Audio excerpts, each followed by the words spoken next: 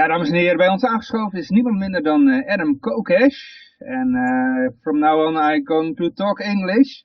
Hi Adam. Hello, it's an honor to be on video. It's the second time, by the way. The last time you were was about your book, Freedom. And now it's your presidential campaign, or to be, like you say it, not my presidential campaign.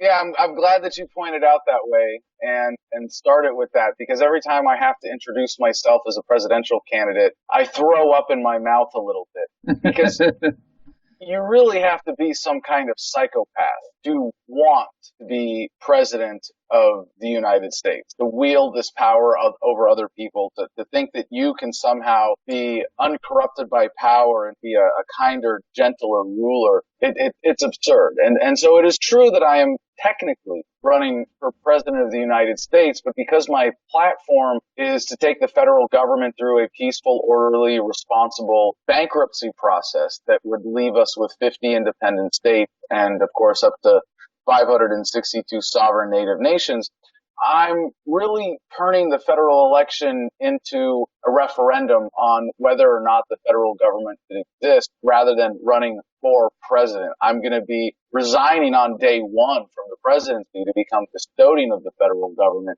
So I'm like playing this disgusting game surrounded by, evil people. And, I don't want to put on the ring of power. I just want to throw it directly into the fire. You said bankruptcy process. How does it go in work? Yeah, sure. It's a great question. And for the mechanics of this, basically every single agency, it goes through one of three processes. If it's an agency that should not exist, like the IRS, like the DEA, these federal agencies that steal from people and impose regulations and really don't provide any actual value, those just get dissolved. If it can be localized to the states, for example, the Federal Department of Transportation, it gets cut up into 50 pieces and every state gets a piece, not that complicated. If it's an agency that should continue, but as an independent thing, it can get spun off. So like the Department of Veterans Affairs gets spun off as an independent agency. Similarly, Social Security, we're going to be, as a bankruptcy process, we're going to be paying back the true creditors of the United States federal government. That's the American people. The debt, the federal debt that we have right now on paper to foreign banks and government corporations, that's not a legitimate debt. And it's not a legitimate debt. Like, I mean, it would be like if I borrowed money and then said, well, Johan here, he's in on the loan with me, and I'm actually going to make him pay for it. But he had no say in it. And really what we're doing with government debt is actually a whole scale more evil than that, because what we're doing is forcing our children to pay for stuff that they never had a say in. So that goes away. So basically localize, liberate, or liquidate. And if you want to get into the details, the mechanics of this, we could go agency by agency. And, it's a very well thought out process. We've gone through all the details. I've been talking about this since 2012, and I've been asked a lot of questions, and there isn't a single one that's difficult to come up with a good answer for by applying basic principles and looking at this as a bankruptcy process where, as the custodian of the federal government, I would have all the same fiduciary responsibilities as any other bankruptcy agent. This the next question we ask any libertarian that goes to office. In case you got the majority of the votes, how do you gonna accomplish the orderly dissolution of the federal government without getting shot? Well, I'm not really worried about that, actually. For people who don't know my background, I was in the Marine Corps, and I volunteered to go to Fallujah in 2004, and it was a war crime. I was a party to a war crime. I tell people when they find this out and say, thank you for your service, what do you mean? I was serving bankers and politicians and war profiteers. I wasn't serving America. I wasn't serving the American people. I wasn't serving peace or justice or righteousness in any way whatsoever. And for a long time, I guess I should step back and say that even though I was in civil affairs, there was a point at which I was asked to guard detainees during the first Battle of Fallujah, and they were being subjected to sleep deprivation torture.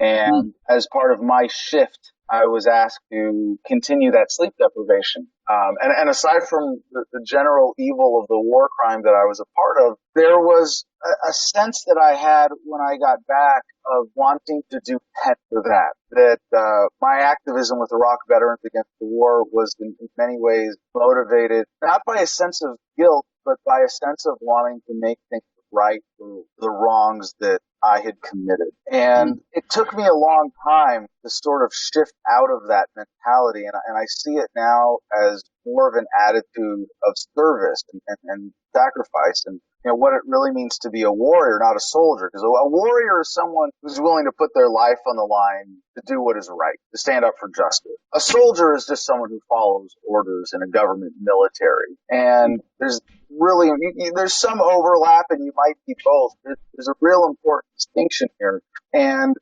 while I would never join the military today, I really respect that for most people who join, we are very, very badly lied to and misled by propaganda and militarism from a very young age here in the United States. And there's a noble intent. There's a warrior spirit behind the attitude, behind the mentality that most people bring to the United States military, and it's perverted into being a soldier, to being someone who follows orders, someone who is willing to kill and to fight and to die for politicians. And when you realize that that's what it is, and that militarism itself is actually anti-American in terms of what the founders stood for, being opposed to anything that they would have called a standing army, then anyway, for me, what I've done now is re-embrace that attitude that led me to join the Marines in the first place, which is of service and sacrifice. And it's quite possible that I will be shot running on platform of dissolving federal government. And I have no problem with that. I have put my life on the line for far less worthy causes. More importantly, in terms of this campaign, when the American people decide that we're not going to put up with the federal government existing at all anymore, no asshole in a suit, Washington, D.C., no Supreme Court justice, no member of Congress, no bureaucrat is going to stand in our way. And that effort does not require a figurehead, does not require a leader. In the sense that, yes, you need someone to sign the papers and make the actual reorganization happen. Yeah, you need someone to function as the bankruptcy agent. But if the American people decide that this is what we're doing, I'm not really an essential part of this process at all. Me personally, they could shoot me. You can kill a revolutionary, but you can't kill the revolution. It's also very unlikely if it is carried so widely by people that they would try to shoot someone residing over this bankruptcy, because then they know that it's a lost cause anyway. That I think they would only shoot someone if they think it would tip the balance. Right, and if they shoot me, it just means that more people are going to read my book, which is wonderful. Dead authors do way better than living authors. Just saying. Adam, but I also heard that Fallujah, that it was not really a battle, wasn't it? It was just artillery taken out the city, or was it really a battle? You know what? Normally, I'm a stickler for language, and no one has ever challenged me on that, but I'm glad you did, because you're right. To look at the history of what happened in Fallujah in Iraq in 2004, we say there were two battles. There was the first battle of Fallujah and the second battle of Fallujah. But if you just go, well, what were they? You realize neither of them was really a battle. The first one was a siege. And we had the city under siege. You're right. We sent in a lot of artillery fire, a lot of indirect airstrikes, stuff like that. And the second battle was the sweep through the city. And I mean, you could call it a battle. Certainly, a lot of Marines died. I think it was about 60 Marines died in the second battle of Fallujah. In the first battle, and it's kind of hard to say when exactly it started and ended, it was a lot less, I think, closer to a dozen. But in terms of the number of Iraqis who died, it was insignificant. And, in terms of the the birth defect and the ongoing effects with the people of Fallujah due to depleted uranium and white phosphorus rounds that I saw go into the city. The effects on the Iraqis there were just so outsized and disproportionate that you're right, it's really unfair to call it a battle. I got also a question from one of our listeners, this Adrian. He wants to know, since the LP, the Libertarian Party candidates, don't stand a chance against the two big parties, how will your candidacy contribute to more freedom in the long term? Sure. Well, I completely disagree with the premise that we can't compete. And I'm not being unrealistic here. I understand that it would take a black swan kind of event for a libertarian to win in 2020, but black swan events happen more and more frequently. Now, I'm not counting on a black swan event. I don't think that would be responsible in asking people to support me for a campaign like this to say, step one, underpants. Step two, I don't know. Step three, profit, right? That's a really interesting South Park. Any South Park fans out there with the underpants? If not, you can look that one up. Fun episode. But it would be irresponsible of me to say, then a miracle happens and then we win. And that's not part of the strategy. So not only do I know that by campaigning on this platform and with this message and with this understanding of government and ethics, and being able to communicate the ideas of libertarianism, based on the philosophy of self-ownership and the non-aggression principle, that's going to have a huge positive effect. And as Alexis de Tocqueville said in Democracy in America in 1831, in a democracy, a people will get the government they deserve. Well, I think that's really true about all forms of government, and in the sense that the limits of tyranny are prescribed by the tolerance of the oppressed. If you change the paradigm, if you change how people think, inevitably you're going to change the reality of the government that they experience. In terms of the actual strategy for this campaign, I'm not running an educational campaign. We're running to win. We're going to be ready to win. We're going to be ready to take office in 2021. You're going to see by the Libertarian National Convention next year the executive order that will lay out in as much detail as possible the bankruptcy process, agency by agency, for how we dissolve the federal government through this bankruptcy process. And you will know exactly what you're voting for. Of course, it's not for me to be president. It's asshole A, asshole B, or I should say red asshole, blue asshole versus this plan. And these exact principles being applied to the federal government. So what I think we can do in 2020, and for people who are, obviously listening internationally here, in the United States, it's only about 60% of the American people that even consistently vote just in presidential elections. That means 40% of eligible voters in the United States consistently never vote. And from talking to them, my experience would tell me that for most of them, it's because they know it's a waste of time. They know that there's not that much difference between the Democrats and Republicans, that it's mostly for show, that it really is a racket to get people suckered into reinforcing the authority of the system and being a part of the process of their own oppression.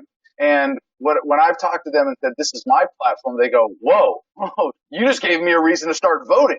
And what's very reasonable to expect in 2020 is that with a platform as bold as this and as principled as this and as fundamentally different from the old parties as this, and I should say in some ways this platform is really extremely moderate, because it would only result in the firing of about 1 in 10 government employees. Most of the government employees in the United States work for state and local governments, not the federal government. So we're talking about getting rid of 1 in 10 government employees in the United States, and we're talking about letting the states determine their own policies on everything as sovereign countries now. So if you're in a liberal state and you're a liberal, or a conservative in a conservative state, I don't have to argue with you about my idea of government.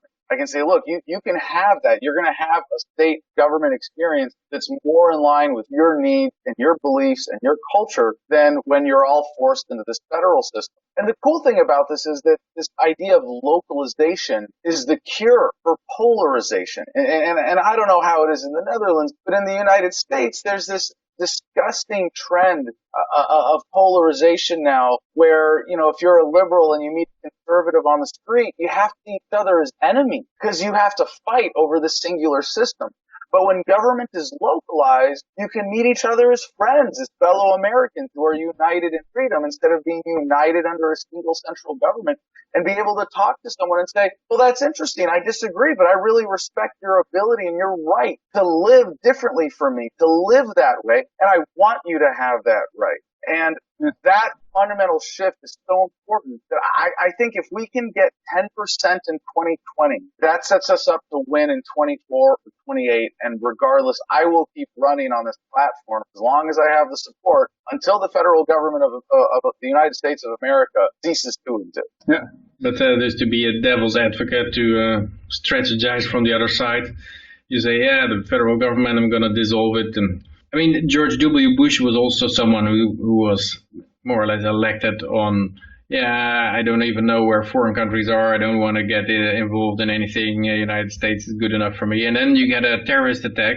And then there's only one option. Then you have to unite behind the federal government because, with this terrorist, of course, you need the federal government. It's very hard to stand strong then and say, to head a counter narrative. Yeah.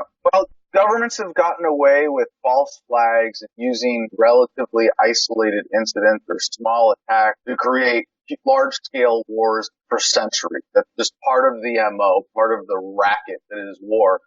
But I don't think they'll be able to get away with it twice. No, well, I know. Very optimistic.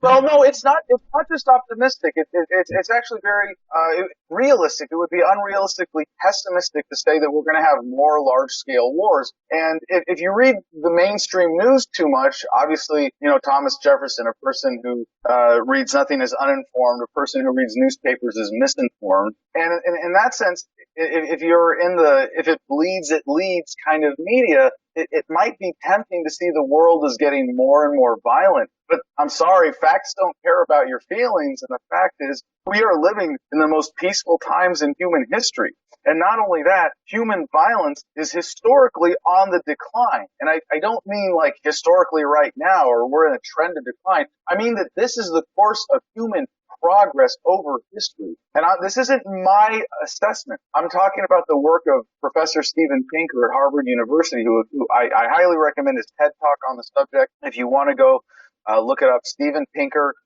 He's the author of The Better Angels of Our Nature. The name of his TED Talk is Surprising Decline in Violence. And I disagree with some of his analyses and conclusions, but it is undeniable from his statistical analysis that he has proven academically, irrefutably, that we are living in the most peaceful times in human history, and that is part of what follows a pretty consistent radioactive kind of decay curve over time, that we are getting less violent over time. And I think that is really driven by awareness and communications technology and just technology in general, as people realize, hey, cooperative relationships, friendly relationships, free trade relationships, respect for each other relationships are always more conducive to human happiness in a win-win situation than win-lose relationships.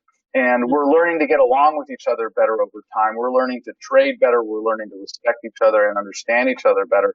And hey, I got to hand it to you guys. This show is a part of that process. And I think we kind of undersell ourselves as independent media to say, no, this is really critical. Independent media as an alternative to the mainstream that is so corrupt, ye old corporate media, that we are really a big part of driving this process. And the technology is great, but it means nothing without deliberate, conscientious application. And I applaud you guys for being a part of that. Thanks. If I may just interrupt, I've been listening. Sorry for missing the first Yoshi, part. Yoshi, the Liberland guy. Hello, Adam. If I can ask you one question, do you see any event as the turning point in getting this message out there, that there is a shift in consciousness in a way, and what would be the turning point? Has it already been? Is it still going to happen in the future? What could it be? That's a really interesting question. And I don't know if I would really ask it that way, because I think it's part of the continuous process. It's a general evolution of thought and understanding that is ongoing. And I'm just hoping that we're going to get to a tipping point where that understanding of what government is can be applied to at least the United States federal government, and then hopefully governments all over the world end up going through the similar process of localization. But I got to point out, guys, this is a really exciting interview for me, because I know. Go ahead. I'm thinking about this one event that I think would shift a lot of minds, and that would be the arrest of one of the Clintons. So I don't know if it's too hot for you to talk about such a subject. Oh, I know. But Look her up.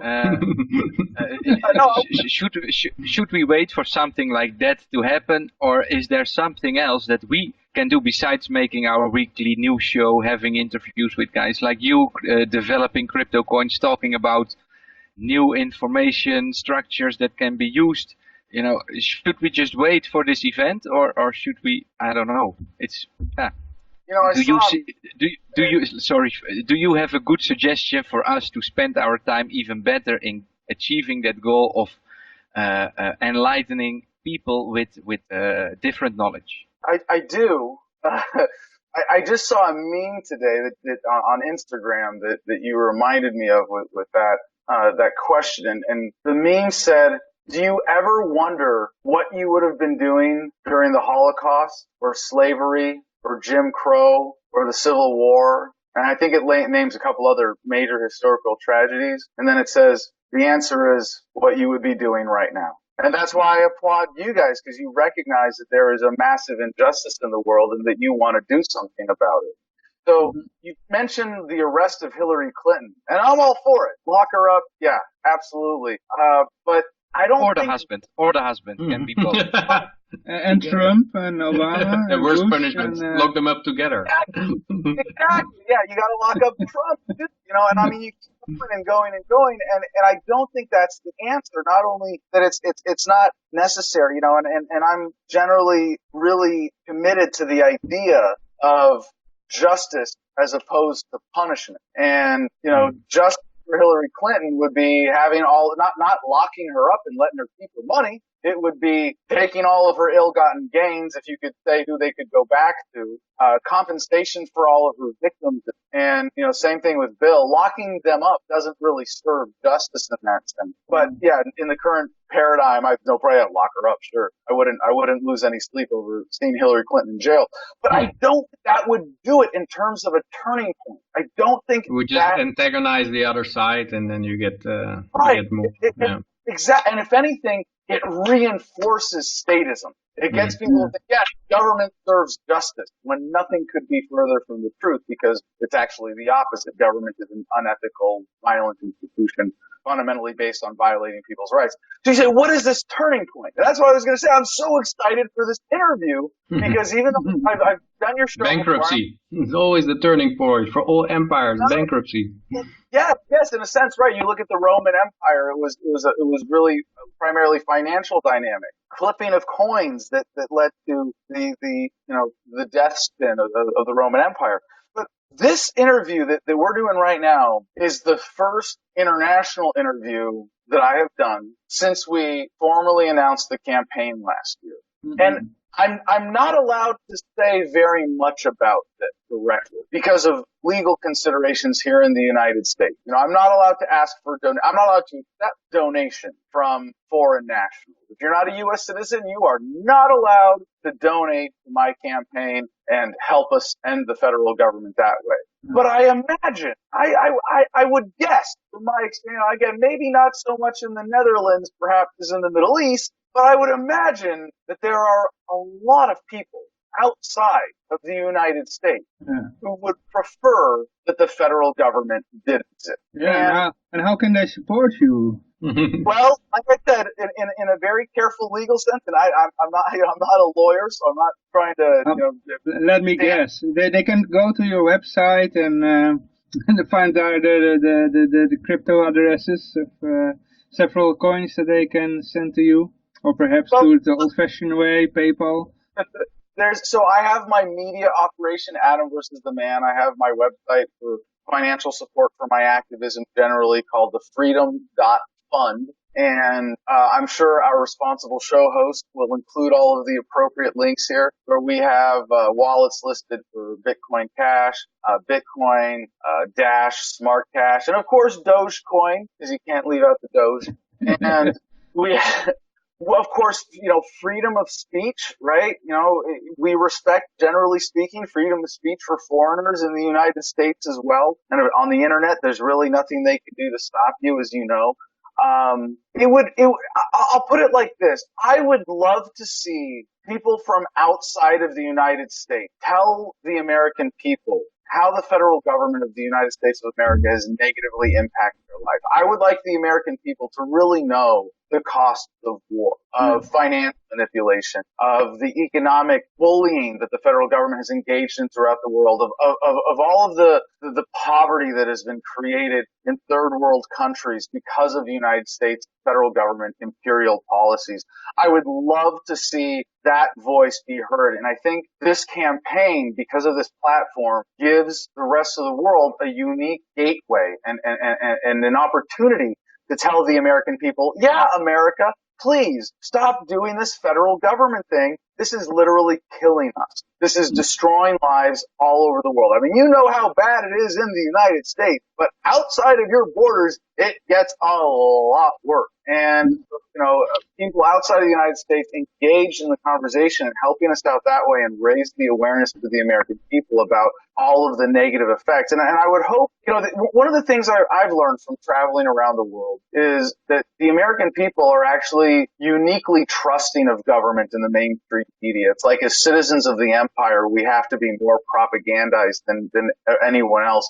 And in most other countries, people know the difference between the country and the government.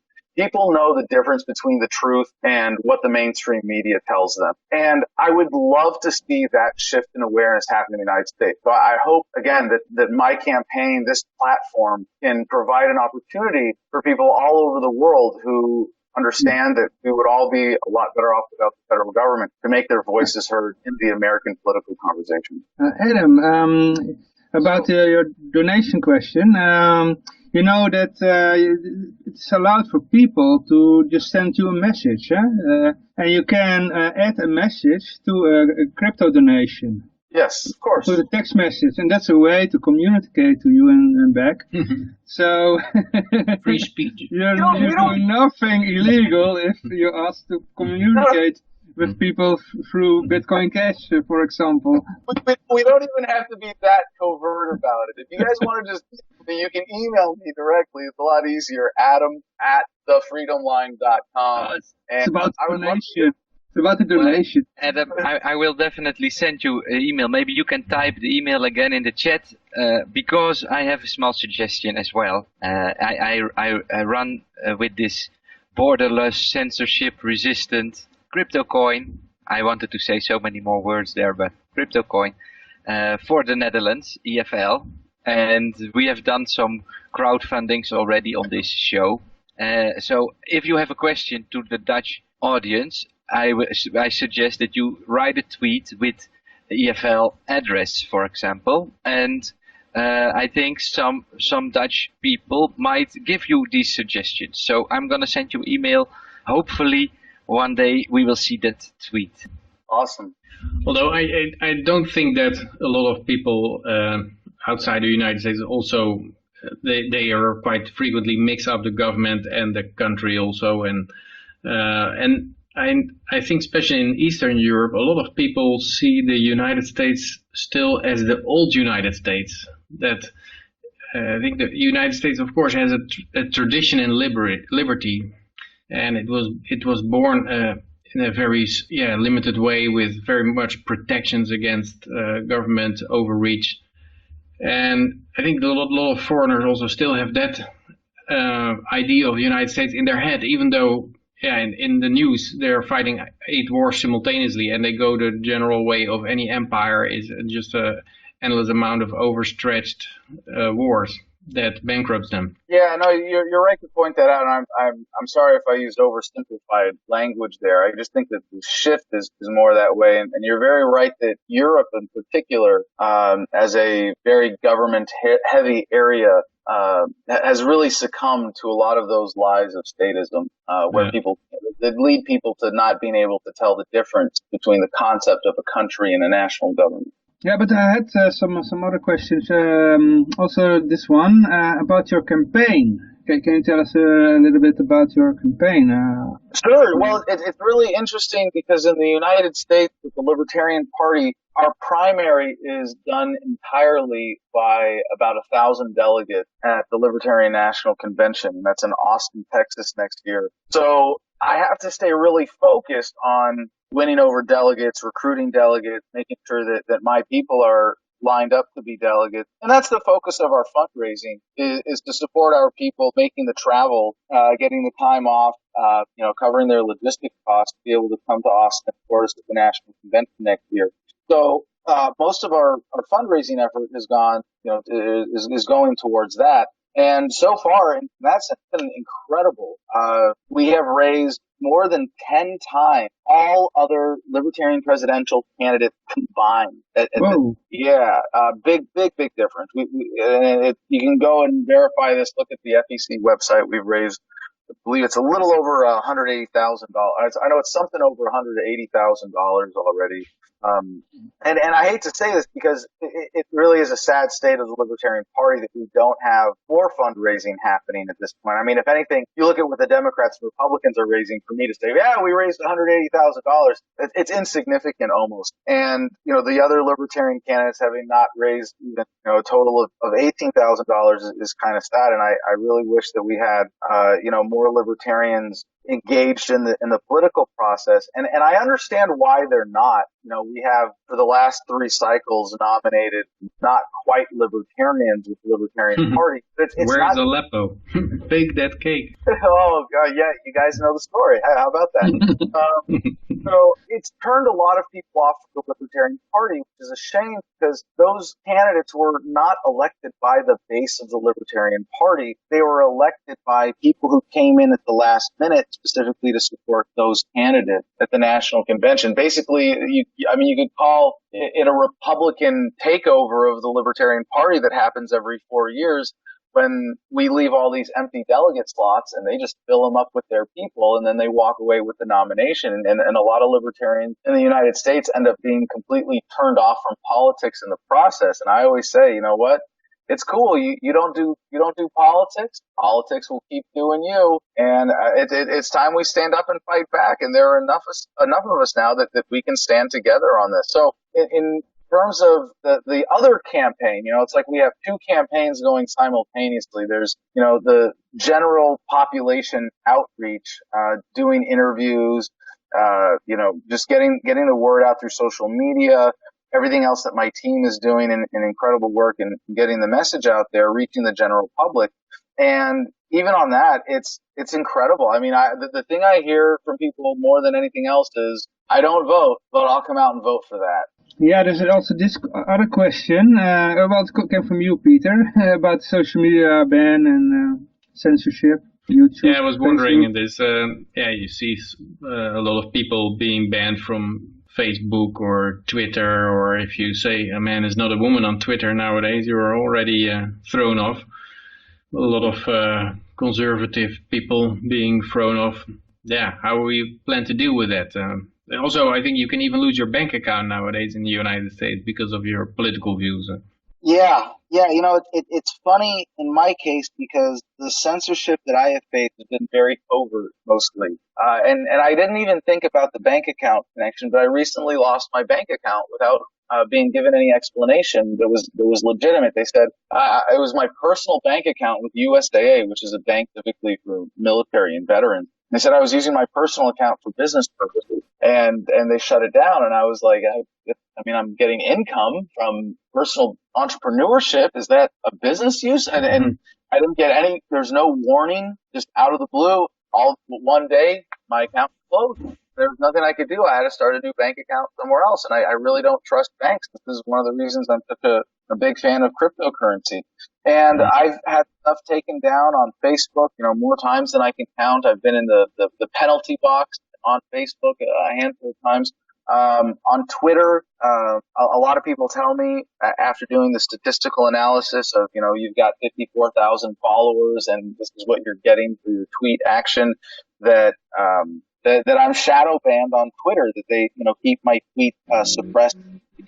But I think the worst example for me is YouTube. And on YouTube, I have a channel with 70-something million views and 250,000 subs. And when I had 50,000 subscribers, my baseline for video would be 5,000 views. I could post the wrong file, like if I screwed up the render or something, 5 minutes of black silence of a video, I would still get 5,000 views. Now I have 250,000 subs, 5 times as many subscribers. And now my baseline for videos is about 1,000 views. You go and look, I'm still posting a video every day, at least every weekday. I do a new video that goes on YouTube and Facebook. And compared to the numbers of people who are following me, the numbers of views, engagement are really pathetic. And we all know that the people who own Google were big Hillary Clinton supporters. We know that there's a huge manipulation of social media.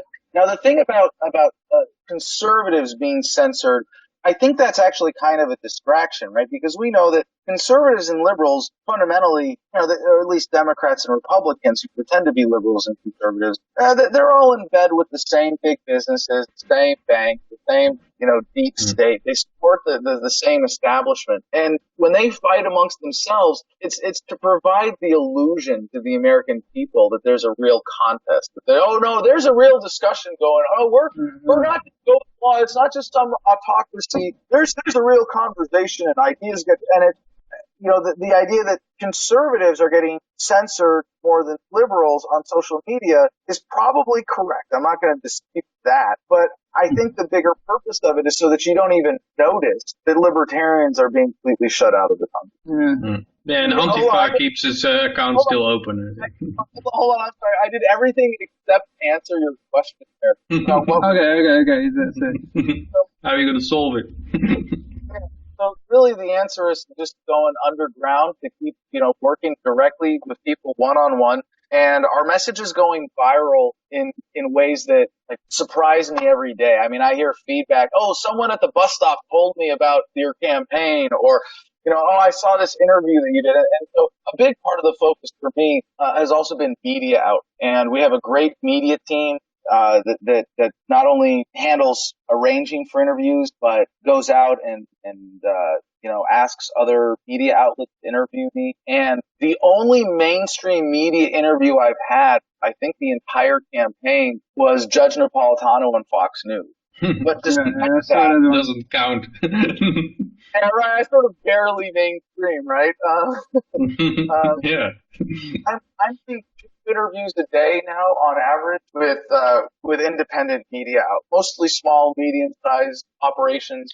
But that's how I got to hustle. That's how I'm going to hustle. We're going to get the word out one way or another. And I think the American people are generally now aware of the fact that you can't really trust social media to give you a fair feed or a fair view of the world. That it takes deliberate, conscientious use of these technologies to really get the benefit. It is also kind of interesting what Trump did regarding the media, because he seems to have at least most of the media very much against him, but yeah, they can't seem to have a grip on it. They keep banging on the wrong subjects and irrelevant things, and they're biting their teeth. And they had 2 years in a Mueller investigation, and that doesn't go anywhere. And you think it's a tactic, or do you think he has a natural talent of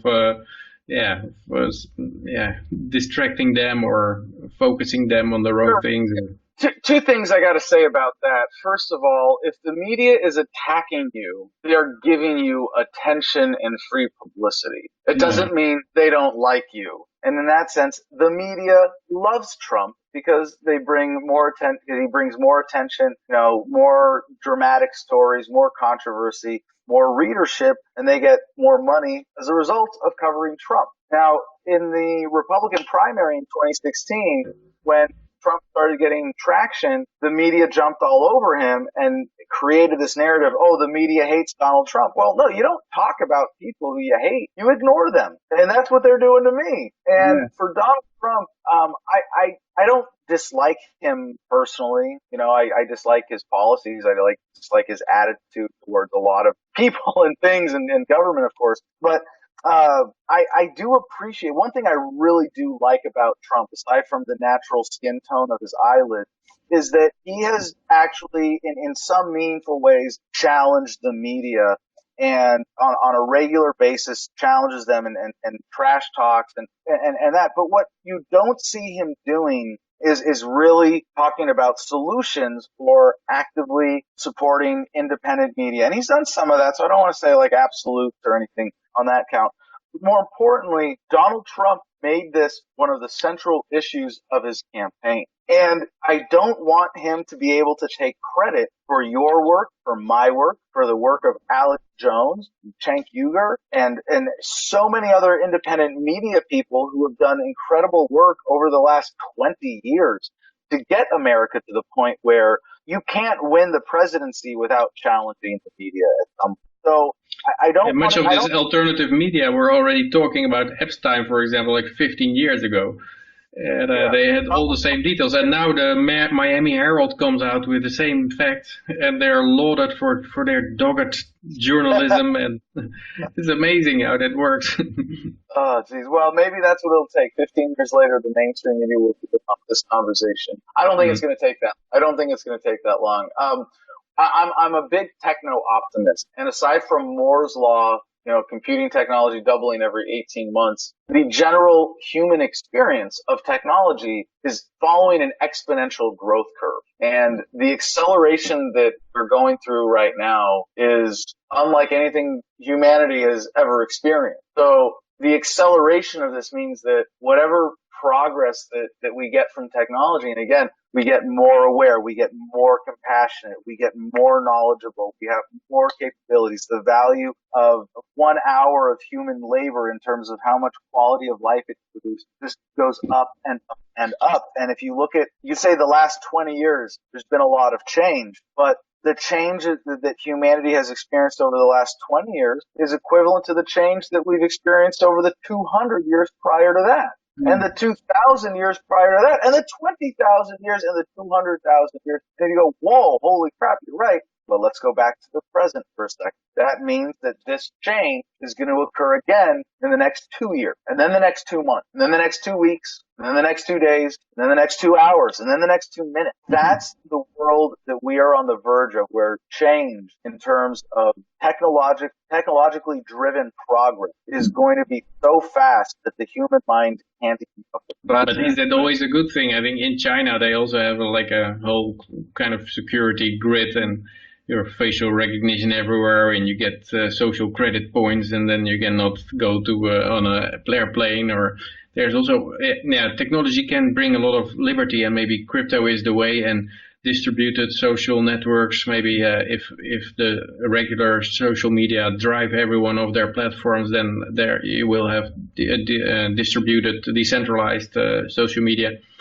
But you could also have, it is an enormous power for centralized power also. Governments can use this technology also, like the NSA and the PRISM program and Snowden and that kind of stuff. Yeah, and you might describe this as a process of 2 steps forward and 1 step backwards, and there are, back and forth. The overall trend is clear that technology empowers and that it decentralizes that power, and every generation of technology is distributed faster than the one before. So you can look at China applying technology to create the Great Firewall, to create the citizenship score system, and all that. I would still rather live in China today, where the government can use the internet and that kind of technology to control me through my reputation for, than live in China 20 years ago, where the government could kill me and disappear me and steal my organs, and no one would ever find out about it because there's no internet and there's no accountability for that, and no one's ever even going to hear about it. So while the application of this technology right now by government is scary, our ability as citizens to use it to challenge government power, you can say, hey, maybe right now there's a negative impact. Maybe we're in the middle of a certain step backwards. The overall trend is forwards. And if anything, I would say that rather than the surveillance technology, because the technology itself is fine, it's really a matter of who controls it. And if there's part of the one thing that scares me is something like the gray goose scenario or AI coming about and government still existing and being able to control it. So in a sense, it sort of like gives me more urgency to say, we gotta get rid of government before we get any more dangerous technology. We've already drone robots. Well, I mean, but government already has enough nuclear weapons blow up the planet several times over, and it hasn't happened yet. So while the technology, in a sense, empowers government as much as it empowers citizens, I think the fundamental nature of technology being a decentralizing force of power and an empowering force is far more dominant, and that's why it's so essential to this phase of human progress. In that case, Hong Kong demonstrations are interesting also with atrocities. Everyone flips their camera out, and there's still more cameras with the public than with the government.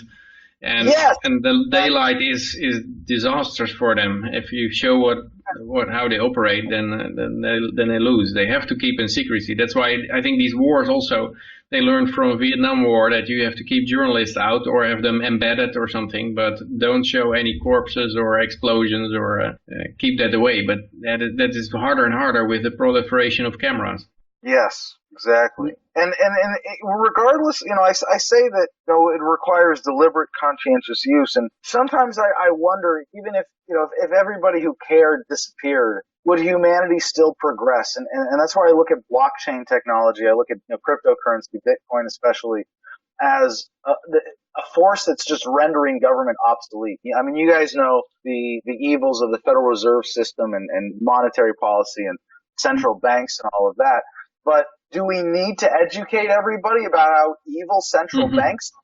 Or do we just invent Bitcoin, with all credit to Satoshi, of course? Do we just create Bitcoin and say, hey guys, do you want money that gains value over time or loses value over time? Oh yeah, let's take one that gains value. You don't have to educate people about the political aspect or the financial aspects of the central bank manipulation.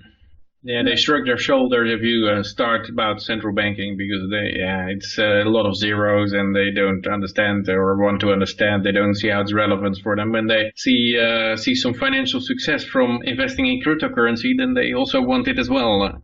Yep. But in the Libertarian Party, the other nominations, like John McAfee from Supreme, Dan Behrman, and some others, they are more like colleagues instead of competitors. How do you go along with them? We are running as a team. It's amazing.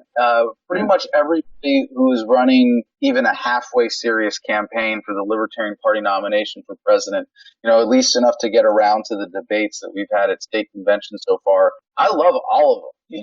We're all friendly. We're all supportive, because we're all activists. And an activist is someone who's motivated by a deep-seated sense of injustice, not ego or money or power. And, I don't want to say that we're all perfect saints and that those aren't tempting things to us, but fundamentally, everybody who I see running for the Libertarian Party nomination is an activist. And so for me, I have a problem assuming that you think like me, but I'm pretty sure that the other candidates would say, we want the team to be as strong as possible because whoever wins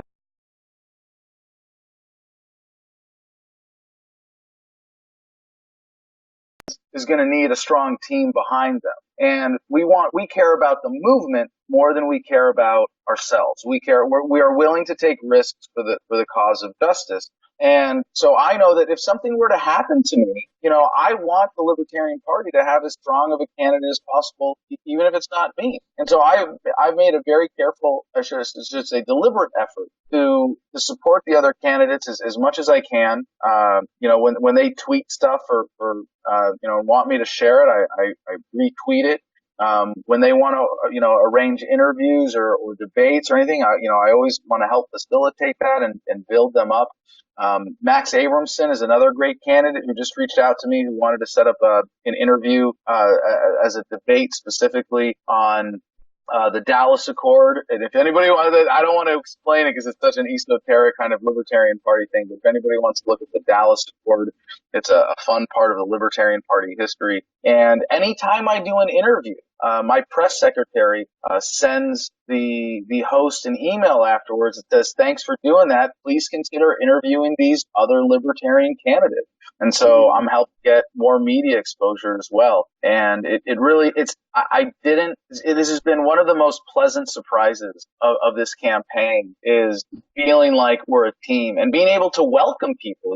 Max was the most recent one to announce, and we're like, yeah, welcome aboard. That's great. Join the team, and when, I'm going to be asking a couple. I don't want to name any names just yet, but we're going to be initiating an effort to draft another candidate to join the team. I hope that Justin Amash runs. I hope that we get more strong candidates in the LP, not less, because I'm not here. I'm not here to win for me. I'm here to win for free. Okay, yeah, thank you very much. Josh or Peter, if you have questions. I'm just very glad Adam was here. I'm gonna send him an email, and best of luck, of course, with the candidacy, with running for president. Yeah, maybe I was wondering about a lot of libertarian candidates are have trouble with the legal system. And I know you have had some problems in the past, and John McAfee is just out of jail, I think, or just in jail. I saw him on a boat with a rifle or something. Oh yes, escaped to Cuba. yeah. I think that's a bit of a misrepresentation. I really got to correct you on this one. I don't have any trouble with. They have with you. I don't have problems with the legal system in the United States. The legal system has problems with me. That's their problem. And I have it's the same for John McAfee. Yeah, and I haven't had to leave the country yet. They're certainly challenging him, but I stand up to the police when they're acting inappropriately. I stand up to prosecutors. I stand up to judges. I've got a really exciting case going on in Texas with a traffic stop that turned into an illegal search, where we're probably going to be suing a lot of people over a whole variety of rights violations involved with that. So I love it. Someone asked me recently, you've gotten arrested a lot. Are you sure that doesn't hurt your candidacy? And it's like, well, how many of you have been arrested? Does that make you more or less libertarian? And generally the answer is, yeah, it makes me way more libertarian to face the injustice of the state firsthand. And with the attitude that I have taken on my activism as a continuation of my attitude that led me to join the Marine Corps, most people respect me for being willing to put my life on the line and get arrested confronting the state here, whether it's in spontaneous interactions just going about my life or in planned civil disobedience. And I think I've been arrested over 50 times. I mean, I lost track, but looking back, it's been, over 50 times in the last, 12 years of activism. And I know that pride is a sin, but in that sense, that being said, I'm very proud of my arrest. Yeah, you just be careful not to step over a line where you get really in the serious jail time or something, because then you don't win a lot with that either, and usually I would say, but well, we'll see. I'm not going to give them any excuses to lock me up. Yeah, exactly. You wrote a beautiful book in jail, huh? Right, yeah, you go to jail, good things happen. I'm not too worried. I remember when you were in the jail for this thing with the shotgun on Freedom Plaza, 2013. I remember there were a lot of people that were following you. They were a bit depressed. They thought, maybe they're doing bad things to Adam. But then you had this first phone call, and you were talking like 50 minutes about happiness. Remember? Yeah, that was one. When I was in jail in 2013, every time a guard would come to my cell, and I was in solitary confinement for a couple of months there before I got put in general, and they had to check on you regularly. Every time a guard would come to me, I would say, "Hold on, come here, I got to tell you something." And I would say, "Taxation is theft." Yeah, I would say you're a free, beautiful, independent human being, and you should never let anyone post it. And it was really striking to me how some of them responded to that, and most of the women actually were a lot more receptive. By the way, it is a little weird in U.S. jails that they have cross-gender pat downs. I was patted down by women, and in some ways very inappropriately a number of times, but that's really the least of my complaints there. But the women were generally happier and more receptive to that. And the guys, some of them were like, oh, cool, thanks. But most of them were just, harumph, okay, fine, on to the next cell. And I was so happy. I found myself in jail being happy. And I know this sounds like a lot of sort of hippie cliches, but I think when you have experienced this enough in your life, when you're old enough to see that this is the reality of human consciousness, that while you are an animal and you will have responses, you will have emotional response, because you are conscious, you always get to choose the response to the response. Your mood, your attitude, your approach to life, that's your choice. Why would you ever choose to be anything less than perfectly happy? And it's a discipline, like living in Zen, staying balanced and centered. But the more aware you are of it, the easier it gets and the happier you'll be. And this was what led me to write the section of the book called Happiness Causes Freedom. And that inversion, where you say life, liberty, and the pursuit of happiness. No, happiness is not something you chase down and beat over the head with a club and drag home to your cave to enjoy forever and ever. Happiness is something that you choose in the moment right now because you can. So why not? Yes, it's beautiful words, and thank you very much. And your website is thefreedomline.com. Yep, and then that's my main website. You don't have to remember how to spell my funny last name, Kokesh. You can find kokeshpresident.com. You can get it through thefreedomline.com. You can find my YouTube channel. You can find my book for free, translated into half a dozen languages as well there. Free. Dutch. Yep, the Dutch is there free in every digital format possible, and we sell it on Amazon as cheap as they let us get away with. So please check that out. And for people who are listening outside of the United States, do not donate to my presidential campaign. No, don't do it. Don't do it. I would never want you to do anything. No, but actually, we cannot accept donations to the campaign from anybody who's not a U.S. citizen. But of course, you can donate to my activism. You can support my media production, Adam vs. the Man. You can become a Patreon supporter of Adam vs. the Man at patreon.com/Adam vs. the Man. And I would appreciate all the help we can get. I hope, aside from the three of you, that there are some other people outside of the United States who would rather federal government not. Okay, thank you very much. And we will put all the information also on our website. And, I hope you win. We're already winning. You're already winning, yes. All right. Thanks so much. Peace.